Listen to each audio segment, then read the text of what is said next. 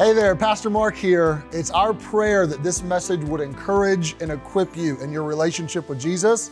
We're able to provide this content due to the joyful generosity of our financial partners. And if you'd be willing to join that tribe and help get some sermons like this around the world, you can donate at harvestbaptist.info/give. God bless. Well, we're going to start today with a little bit of a book review. If you didn't like school and book reviews, my apologies in advance. But Janet Harburg and Robert Gulich wrote a book about 20 years ago called Critical Journey. And in Critical Journey, they lay out 6 stages of discipleship to Jesus. I think these are interesting for a few reasons, and they tie into Psalm 119, where we're going to be here in just a few moments. These are the 6 stages that they give in the book. And I don't agree with everything they say in the book by any stretch of the imagination, but these are their 6 that I kind of broadly agree with. Number 1 is recognition of God. That's their generic way of saying you begin to understand not only that there is a God, but his presence in your life, and especially that you need him. And we would call this salvation, where I understand I need a Savior, I call out to a Savior, and I ask him to save me from my sins. So that's stage 1. Stage 2 is life of discipleship, where you begin, and by the way, there is a bird in here this morning. I've seen about half of you already, what is that? A bird, a plane, Superman. There is a bird in here that happens about once a year. We will somehow shoo it out or shoot it out this week. You can guarantee, but for the time being, it won't attack you, I don't think. It was very well behaved in the first service, and it should just fly up in the rafters. So one time, I was at another church, I preached, and the bird went on the piano and started playing the piano. No joke. It doesn't just happen here, it happened there. But back to the book review. Stage 2 is discipleship, where you begin to learn, you begin to belong. It's generally right after salvation, and now you're in classes and you're growing, and what are these stories in the Bible, and how is it arranged, and you're in maybe a growth track or something like that, and you begin to absorb information and teaching from teachers that you trust and you love, and it's also a very social time where you find some people that are like, they're on about what I'm on about. It's a lot of fun to meet people who love Jesus and are learning alongside of you. There's this sense of excitement. There's a sense of getting to be a part of something bigger than yourself. Then you get to the productive life, where I'm no longer just learning, but now I'm beginning to implement what I have been learning. And now I'm active and I'm doing. I'm maybe taking on some sort of leadership role. I'm discovering my gifts, and I'm beginning to use those in the church. I'm beginning to use those maybe out in the community or around the world on mission trips. And there becomes this sense of fruitfulness and productivity because now you're doing.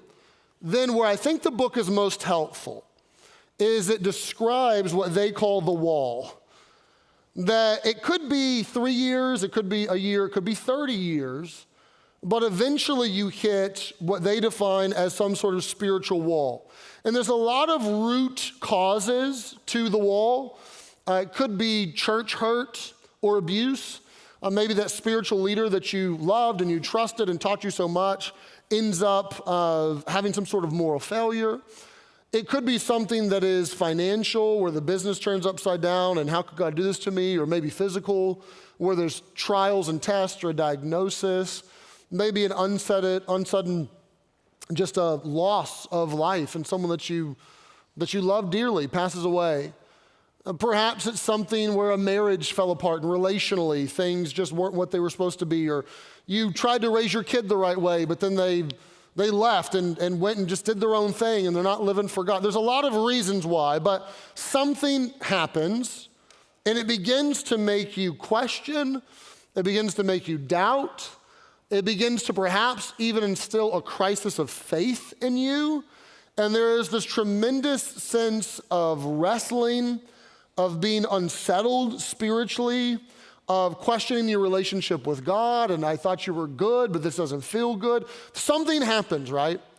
And there is this wall. If you can wrestle through and past the wall, which there's no set time limit on what that's going to be, they begin to describe stages 4 and 5, which is journey inward and journey outward, that you begin to learn a lot about yourself. You begin to learn a lot about God and who he is, and not just the caricature, perhaps, that you had made him out to be. And if you can begin to wrestle with that and understand, and even at the wall, it's almost like God's will comes in conflict with your will. And if you can surrender your will and die to self, that there can become this inner stillness and calm and this point of full surrender, that ultimately there's this sense of calling and a renewed sense of focusing on other people and wanting to help them, that manifests itself in stage number 6, which is life of love, where you now begin to reflect God more consistently and more clearly and his love to other people than you ever even really thought possible. Now, I say all that to say this.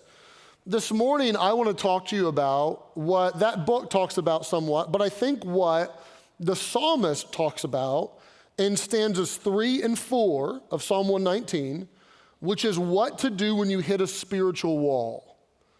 Without me defining what exactly the spiritual wall would be for you, generically speaking, what do you do when you hit a spiritual wall? Now, this is deeply important because many Christians never get over the spiritual wall when they hit it.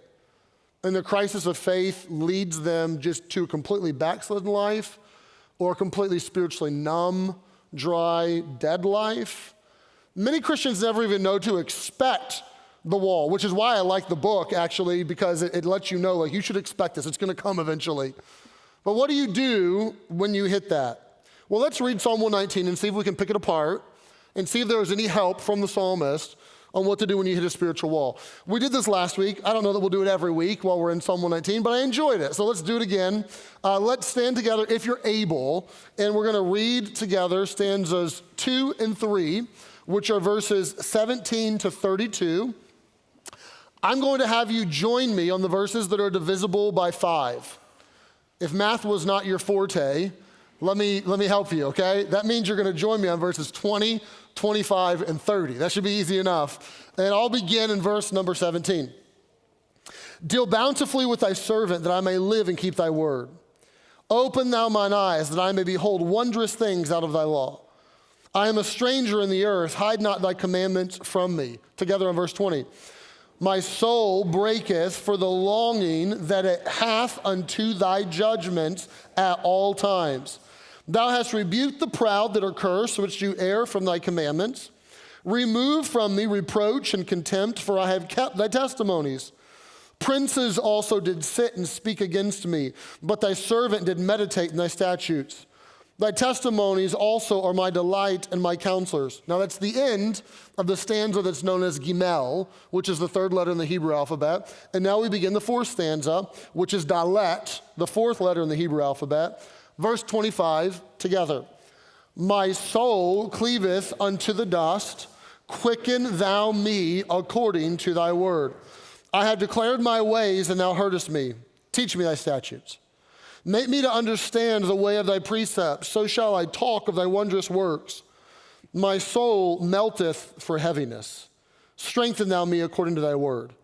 Remove from me the way of lying, and grant me thy law graciously. Verse 30.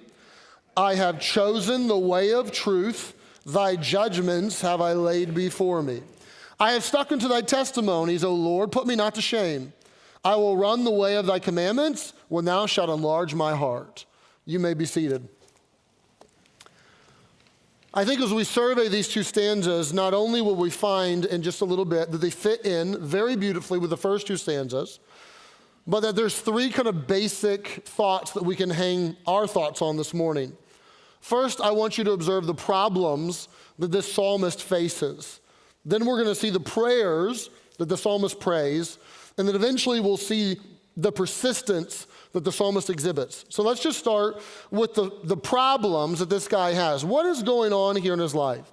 Well, verse 19, he says this, I am a stranger in the earth. Now, what does that mean? Well, that means I no longer feel at home where I should feel at home. I don't fit in anymore. I don't feel comfortable anymore. I feel like I'm out of place. I feel like I'm a misfit. I feel like I'm ostracized or an outcast. I just don't feel at home. I was talking to a pastor this week, and they live out of state, and was describing to me kind of a situation in their church and how it has produced a sense where he no longer feels at home at the church that he pastors.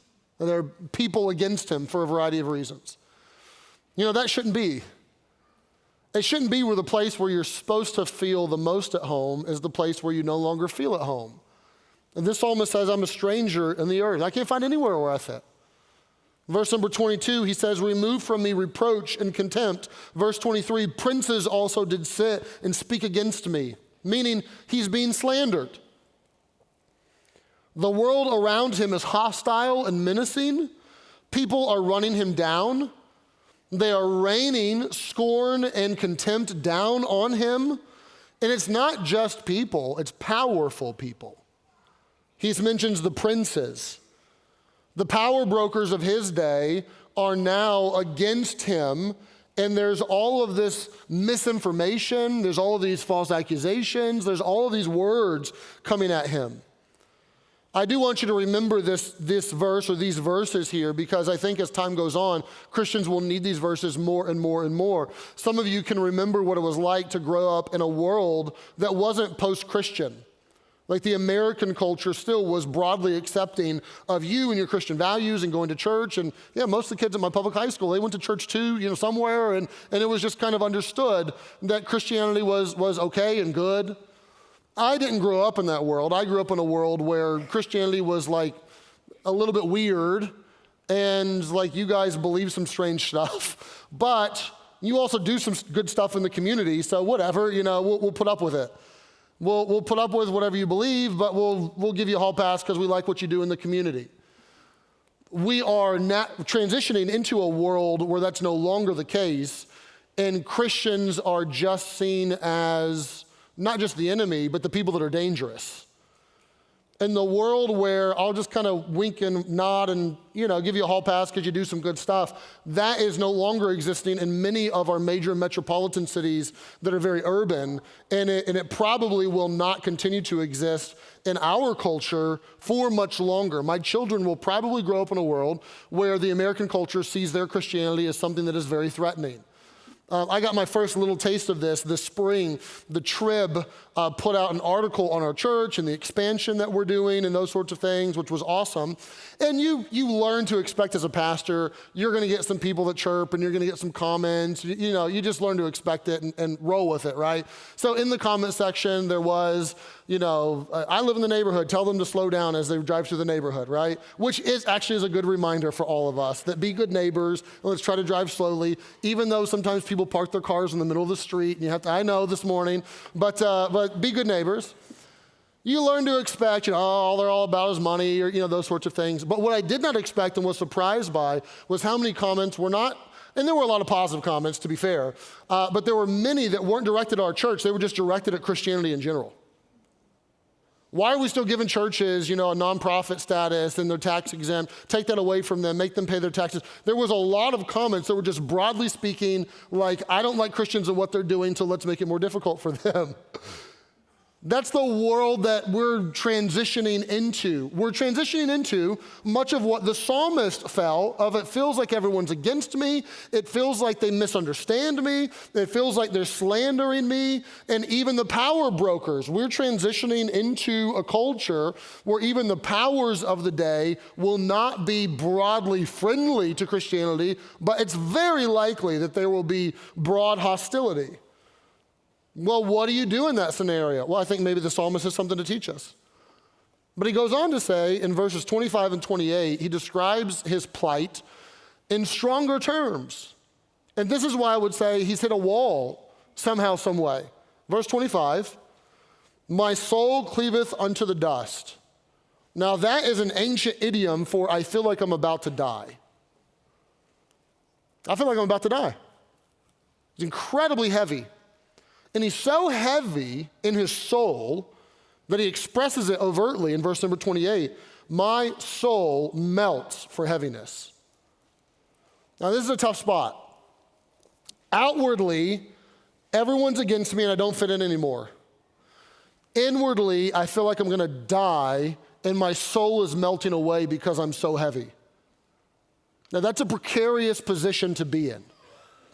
It's one thing if outwardly everyone's against you, but you still have this inner stability in your soul, and you have this resolve and gumption, and you're gonna keep on. It's one thing if inside you feel like you're melting away, but outside your family and your neighbors and your coworkers are supportive and they're helping you through your trial. But when you have outside and inside feel like they're both eroding in the same moment, that's not a spot you wanna be in. This is a heavy, heavy situation for this psalmist that he says, I'm in a pinch, I'm in the press, and he's going to tell us in a moment that he doesn't want to be there. So this is what this psalmist is facing. Now, if you're a critical thinker at all, and you were here last week, and you heard stanzas 1 and 2. Stanzas 1 and 2 were all about how when I trust in God and his word, that there is a happy, holy life. Blessed is the one, right? Happy is the one who trusts in God's word. Isn't that what we said last week? So if you're a critical thinker, you'll probably think to yourself, well, pick one. Is it happy is the one who trusts in God, or is it my soul melts for heaviness? That doesn't sound super happy. When I put my trust in God and his word, am I going to be blessed, happy, or is my soul going to melt for heaviness? Both. You say, what do you mean both? Aren't those contradictions to each other? They're not. And here's how.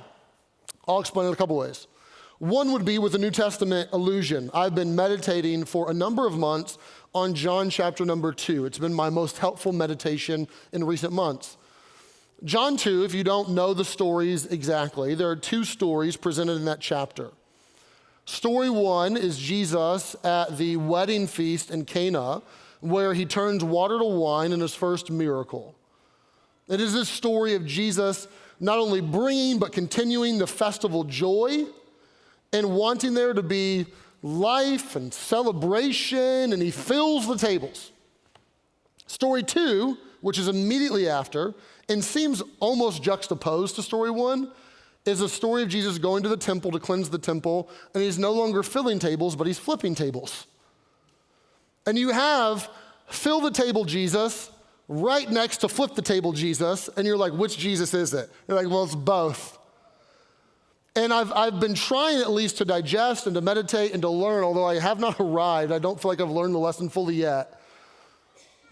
If Jesus can fill your tables, he gets to flip your tables. You can't have one without the other. And in many ways, it is, as the book Spiritual Journey would put, or Critical Journey, in many ways, it is the wall that will produce an inward look and an outward look, and actually a peace and a calm that will come in the long run that you would never had without the wall. I would put it this way.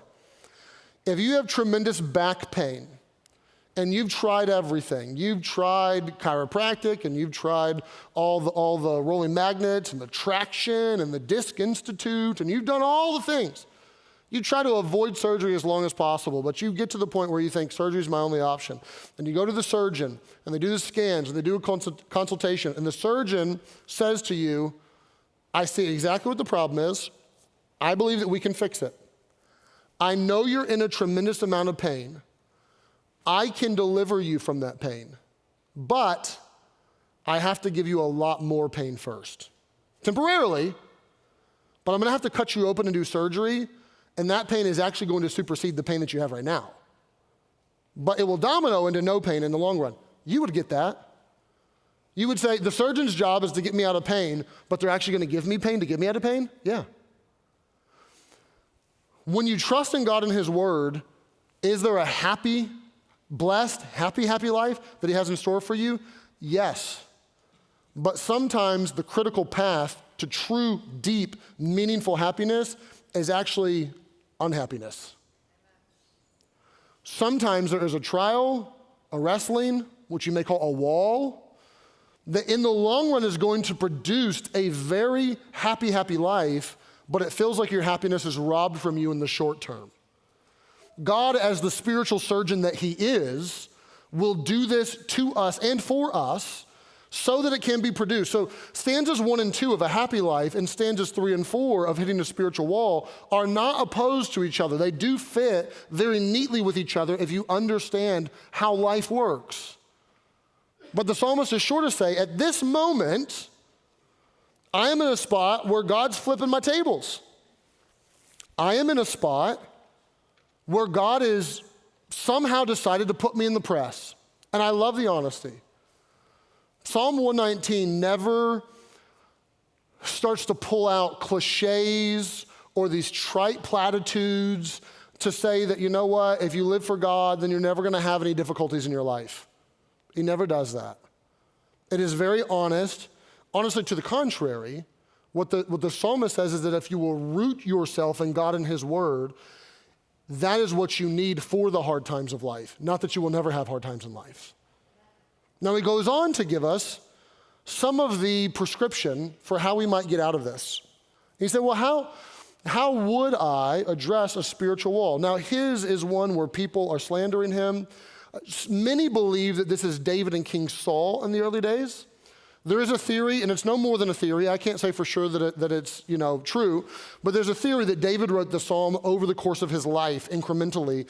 And if he did, these stanzas would be the King Saul episode. Maybe the blessed and the happy would be him slaying Goliath or something like that. And then this would be King Saul making David a wanted man for no reason, putting David on the run. David is no longer welcome anywhere in his country. He has to hide. People are trying to kill him. He's in a desperate strait. And you could see how this would produce an anxiety and a melting of his soul. So what do you do when these moments hit? Whatever the reason why they hit, what do you do when you hit the spiritual wall? First of all, I will say, it's helpful to know that a spiritual wall is probably coming. That's not half the battle, but it's probably like a quarter of the battle. If you just know, I'm not weird, I'm not broken. Other Christians have gone through this too. That's helpful to know that you can at least expect it sometime. I've been saved for almost 30 years now. I honestly can say up until this year, I don't know that I ever hit a spiritual wall. This year, I think probably hit one, not probably, did. I'm not over it, I'm not through it yet. I'm trying to figure it out, so this text is really helpful to me. So it could be 30 years before you hit a spiritual wall, but what do you do when you hit that? Because you don't want to misplay the ball. You don't want a single to turn into a triple.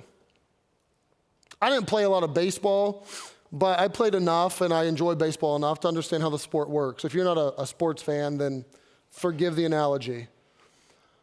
But I played a little bit of like Little League, kind of in elementary and middle school and that sort of stuff. And we had a kid on our team named Matt Reynolds. Matt was the biggest kid on the team, like by a mile. We were like 5th, 6th grade.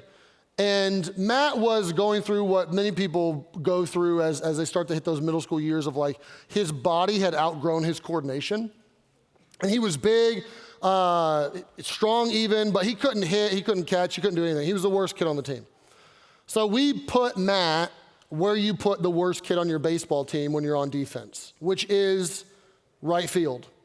Now, if you played right field in Little League, you may be getting a newsflash right now that you were the worst, and I apologize for that. I'm not trying to, burst your bubble, but if you're in right field at 5th grade, you're not going pro, okay? It's not happening. If you're shortstop or pitcher, you got a chance, but not right field. So we put Matt in right field, and we told Matt, this is what you're gonna do. If a pop fly comes to you in right field, we're not gonna catch it. We're not gonna try to catch it. We're gonna let that sucker bounce in front of you, like play way back. Let it bounce in front of you, go get the ball off the ground and chuck it in. If they can hit it into right field, congratulations, you got a single. It's a given. So for a whole season, Matt, he did it, and we were winning games. It was great. If they could manage to get it to right field, Matt let it drop, he'd get it, he'd prevent them from getting any extra bases, because he could throw okay. We get to the last game of the season, the championship game. For some reason, unbeknownst to me, Matt decides that today's his day. He's gonna catch. Like all of a sudden over the weekend, he figured out how to catch, or at least he thought he did. So in goes, I don't remember what inning it was middle of the game, but here comes this pop fly, right field. And here comes Matt trying to get under that ball. And we're like, no, we're yelling at Matt, don't do it, we can see it. Don't do it. Matt, he put himself in perfect position, honestly. It was the spot The glove was very close to where it needed to be. But he's looking up at the ball, and he puts the glove, and it goes right over his glove into his nose. And I mean, immediately he's gushing blood. And it's this extremely comical moment that I'll never forget, where one team is cheering. They're so happy. We don't even care about how Matt's feeling. We're just mad. We're screaming at him, Matt, what were you? We're yelling at him, and he's on the ground crying. Ball's right next to him. Inside the field, home run. Just ran the bases. We never stood a chance. Matt misplayed the ball, and it cost us some bases and even a run that we didn't need to be cost, right? When you hit a spiritual wall, half of the battle is not misplaying the ball. It's not going to be easy. There may be some runs that get scored on you, but you don't want to give up more than you need to. So how do you do this? Well, here's what the psalmist does. There is both a series of prayers that he prays that I think are very illuminating, and then there's also a ton of persistence that the guy exhibits. So let's start with the prayers. Honestly, if you understand Psalm 119, the whole thing is one big theologically rich prayer. The whole thing is beautiful, and there are prayers everywhere where he's constantly asking God, would you do this, and would you do this, and would you do this, and would you do this? It's all over the place. Which is, I guess, a lesson in itself, that even when your soul's melting, even when you're in a hard time, don't stop praying. You find that there's heaviness, but there's still this relationship with God where I'm going to start praying. And I would tell you, if you feel like you're stuck in the mud and you're spinning your wheels, don't stop trying to get out of the mud. Keep spinning the wheels, keep working, keep trying. If you feel like you're getting nothing out of your prayer time, keep praying. If you feel like you're getting nothing out of your Bible reading, keep reading. If you feel like you're getting nothing out of church, keep going. There is some health just to do that consistently. And sometimes we become so pragmatic that we're like, well, it's not really paying off, so I'm just going to stop. Bad call. Don't do that. Keep praying, keep showing up. You say, well, what do I pray? Well, the prayers that are prayed here are pretty much in 3 buckets. Bucket number 1 is teach me through this. Bucket number 2 is get me out of this. And bucket number 3 is give me more. Those are the 3. Now, the first 2 you would naturally maybe know to pray. The third one you may not, but they're both so profound. Not both. All 3 of them are all profound. Let's look at the first one. Teach me through this. Verse 18. Open thou my eyes, that I may behold wondrous things out of thy law. In the middle of this situation, it's God, enlighten me. God, open my eyes. God, help me to see more. I want to know more. I want to grow. Verse number 26, I have declared my ways, and thou heardest me. Teach me thy statutes. They are prayers of spiritual illumination, not in the sense of being illuminated or ignited or regenerated in the first place, not an idea of God, I need salvation, but God, I need to learn more, I need to grow, I need your spirit to show me more. Like, would you teach me and would you help me? I'm in the middle of it, but help me learn the lessons. Help me know whatever it is I need to know. Help me learn whatever it is I need to learn. God, open my eyes that I may behold wondrous things out of thy law. This prayer of spiritual illumination in many ways is in contrast to Romans 1, where you see a spiritual darkening. You find in Romans 1:21 that there are these people who knew God, but they don't glorify him as God, and they cease to be thankful to God. And what happens is they become very vain in their imagination, and their foolish heart was darkened. There is a spiritual darkening that takes place because they have ceased to make God the organizing principle in their life. They become very entitled, very I deserve, I want, I need. There's no thankfulness. And you let that creep into your spirit, and it will be extremely damaging. Where you no longer make God the organizing principle of your life, you're no longer thankful to God, it will give you a spiritual darkening of sorts. The psalmist is like, God, I don't want that. Spiritual illumination, open my eyes, teach me, help me. I want to learn the lessons. Prayer number 2 is a prayer of deliverance. It's deliver me from this. Verse 22, what does he say? Remove from me reproach and contempt. You say, oh, suck it up, stop sniveling. No. There is no take your lumps, be a glutton for punishment. Christians are never masochists. We're never people that walk around wanting pain, wanting trial, wanting temptation. Even if the temptation and trial can produce spiritual growth in you, it's not something that we're craving. The Bible never says that. Deliver me from this. Verse 25, my soul cleaveth unto the dust. So what, God? Quicken thou me according to thy word. Make me alive. Get me out of this. Verse number 28, my soul melts for heaviness. So strengthen thou me according to thy word. His affliction has drained him dry. Grief has exhausted him, but he's not content to stay there. Now, this is a beautiful prayer, and I think that most of you would know this, but you need to know it, and I need to be clear just to be sure. There are two ways that you can fall off the prayer wagon. One would be sort of the name it and claim it crowd. That's like, I'm not really praying for things. I'm just demanding that God gives me things. I'm affixing Jesus' name to it. And so now God owes me. And so whatever it is, right? Money, wealth, promotion, car, marriage, happiness. Then I name it and claim it and I get it. That's not how God tells us to pray. Then on the other side, there's a group of people, and I run into these more often, to tell you the truth, that basically say, you know what? God has saved me. He's done so much for me. He's forgiven me. He's given me a home in heaven. So shouldn't that be enough? And it's a trick question, because should it be enough? Yes. But we're told to ask for more and to want more and to desire more for God to do things in our life. Not just like, hey, give me a get out of hell free card and I'll redeem it one day when I get to heaven and that's enough. No. There's a group of people that think, well, isn't that enough? So I'm not even going to ask God for anything. If I'm in a trial, then I'm in a trial. So what? So be it. If I'm going through something, you know what? I'm not even going to bother God with my request. He's already done enough for me, so I shouldn't add any more to it. That's unbiblical as well. Pray big.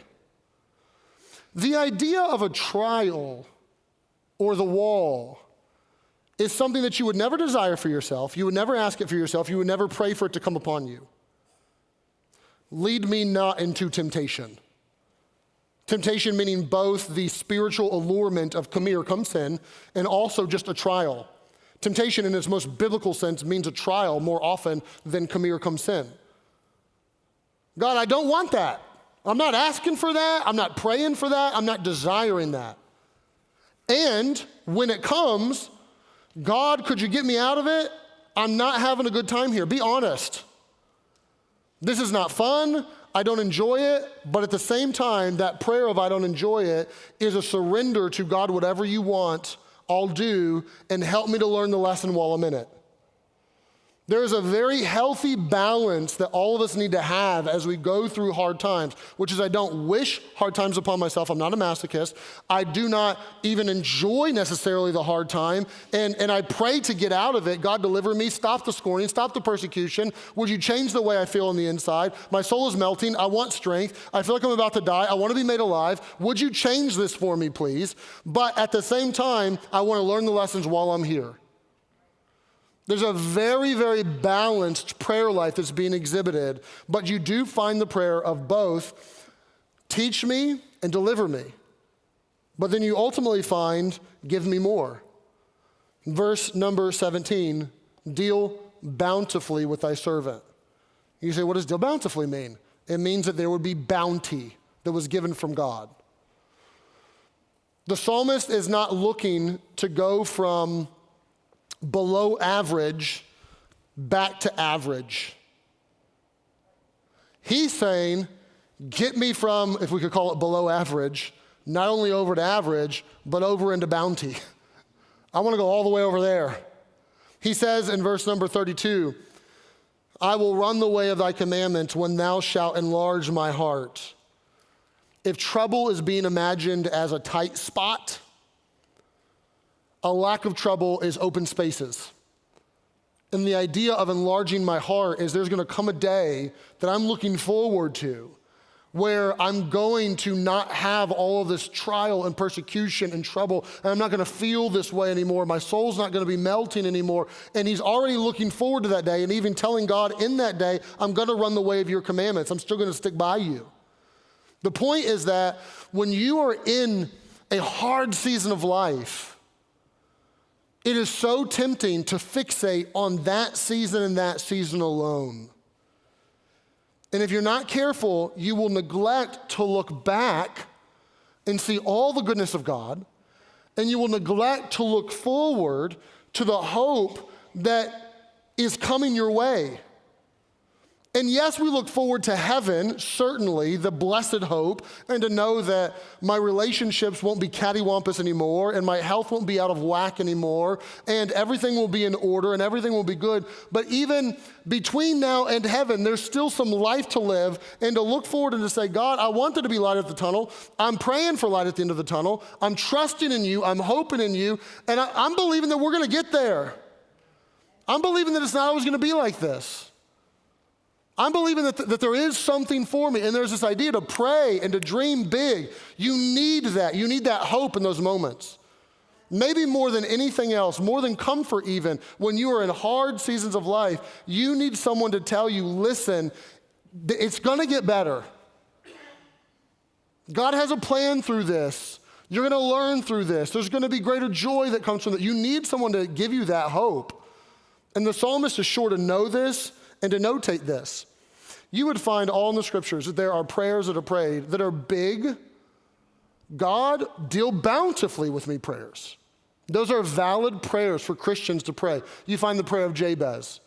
It is a tiny little one-verse prayer that God chose to answer for Jabez in 1 Chronicles 4. And his prayer was, oh God, would you bless me indeed? Enlarge my coast, that thy hand might be with me, and that thou wouldest keep me from evil, that it may not grieve me. And God granted him that which he requested. God, would you do some more? God, would you enlarge my coast? Say, Pastor, if I'm a business owner, can I pray? God, would you give me double the customer base and twice the gross revenue and twice the profit next year? Sure. God's not mad at you praying for you to enlarge your coast. Pastor, is it for us as a church to say, you know what, God's done some stuff for 41 years, from a Holiday Inn to a storefront building to our first little church that we own, to the next church, to the next church, to this campus. Is it discontent for us to say, hey, you know, we should build a building and there should be more seats and there should be, you know, more people? Are we just ungrateful for all that God's done in our past? No. Have a tremendous amount of gratitude for all the blessings that God has brought our way over the course of 41 years, but at the same time say, God, enlarge our coast. God, deal bountifully with us. God, bless us. God, make your face shine on us. God, may your hand be with us. May there be more people saved, and may there be more people baptized, and there may be more marriages put back together, and more families changed, and more lives changed, and more freedom found. Pray that way. That's a beautiful thing. It's a beautiful thing for you as a person or you as a family or for us as a church to say, God, we want more. What was it that the priest would say as a benediction to the crowd there at the temple after they lit the altar of incense? Number 6, may the Lord bless thee and keep thee and make his face shine upon thee and be gracious unto thee. May he lift up his countenance upon thee and give you peace. What a beautiful prayer for more. And in the middle of this trial, the psalmist is praying all 3 ways. God, teach me through this. God, could you deliver me from this? I don't like it. But God, give me more in the long run. All of those are beautiful, beautiful ways to pray, especially when you're in the middle of it. But then there is this persistence. I'll be done after this. There is this undeniable commitment to God, where the psalmist is sure to say, I have been committed to you. I am committed to you.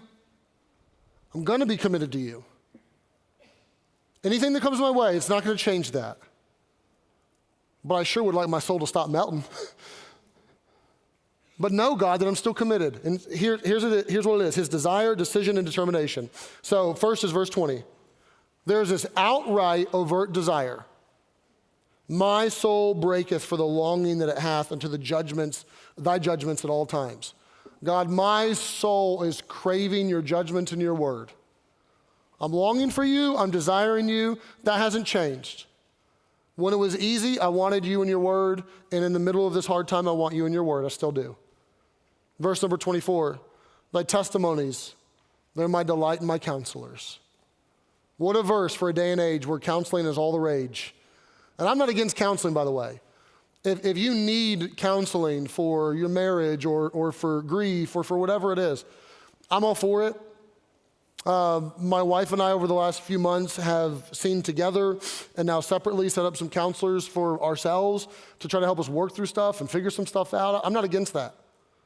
What I am against, and what I think God is against, is using a human counselor as a substitute for the counsel of his word. The counsel of his word needs to be primary, and the counsel from humans needs to be secondary. That's the way that's supposed to go. Not, let me just get rid of God and his word and just, go to a counselor. He says, your word is my delight, my counselor. And then he makes this decision, and he tells you about it in verse number 30.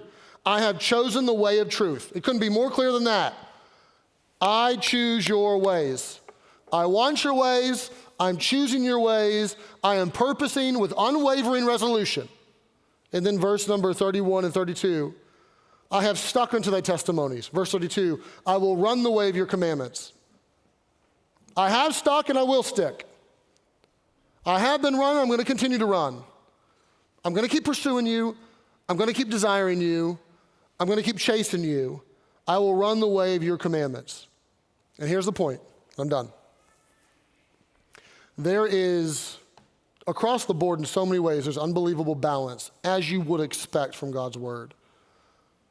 But I think some of the most beautiful balance here is that the psalmist, he is okay with not only listening to what's going on inside of him and paying attention to how he's feeling, and taking his heart and saying, heart, how you feel right now? And he even expresses it to God. There's no part of him that just stuffs his emotions and ignores them, control and override. I'm just going to keep going. That doesn't happen. He takes his heart and he listens to his heart.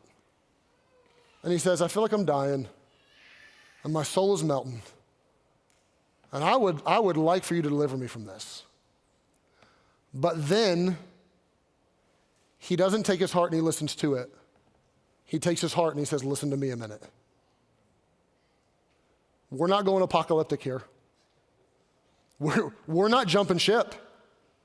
We are not abandoning God. He's done too much, and he's brought us too far, and I believe he's going to do more in the future, and we're sticking with God. We're deciding right now. I'm determining all over again. There is this wonderful balance of I will listen to my heart, but I will take my heart, and I'll say, listen to me a minute. Now, that's an art that's tough to master, to learn to pay attention to what's happening and even express it to God in prayer, but at the same time say, I'm not going to bow to how I feel and let that be what controls my life. There is some truth and there's some goodness of God that even if I don't feel it right now, I'm going to stick to it, and there's no part of me that is going to abandon God right now. There is such balance and there's tremendous resolve in this man. And if you can get to that moment when you hit a spiritual wall, where you can expect it, you can be honest to God about what it's doing inside of you, you can begin to pray that God would teach you, begin to pray that God would deliver you from it, begin to pray that God would even do more because of it. But at the same time, at the center of your being, like in the marrow of your spiritual bones, you know and believe and even say, I'm sticking with God. God is still good, his word is still good, and there's no part of me that's going to distrust him right now. I don't know how long it took the psalmist to kind of get out of this season and over the spiritual wall. And this may not be all of the recipe that would be helpful, but these are some really valid components for what you do when you hit this spot in life that is hard and unexpected. I'm looking around the room and seeing some of you nodding and some of you even crying a little bit. For some of you, it's come recently. For some of you, it's been a while ago. For some of you, it's around the corner. Well, what do you do in those moments? Well, you do what the psalmist did. And in many ways, I think I could say it this way. You do what Jesus did. When you start to talk about desire and decision and determination, don't you see this played out in Jesus, who desires to save us, who decides to save us and to come, and then in many ways wrestles through it and determines all over again. The Garden of Gethsemane is, maybe I'd say it this way, Psalm 119 could be a prototype for the Garden of Gethsemane, where Jesus, I don't know if this is theologically correct to say that Jesus hit a spiritual wall in the Garden of Gethsemane. I wouldn't say it exactly that way, but maybe. Where there's a wrestling, where his soul is heavy. And what does he do? He prays.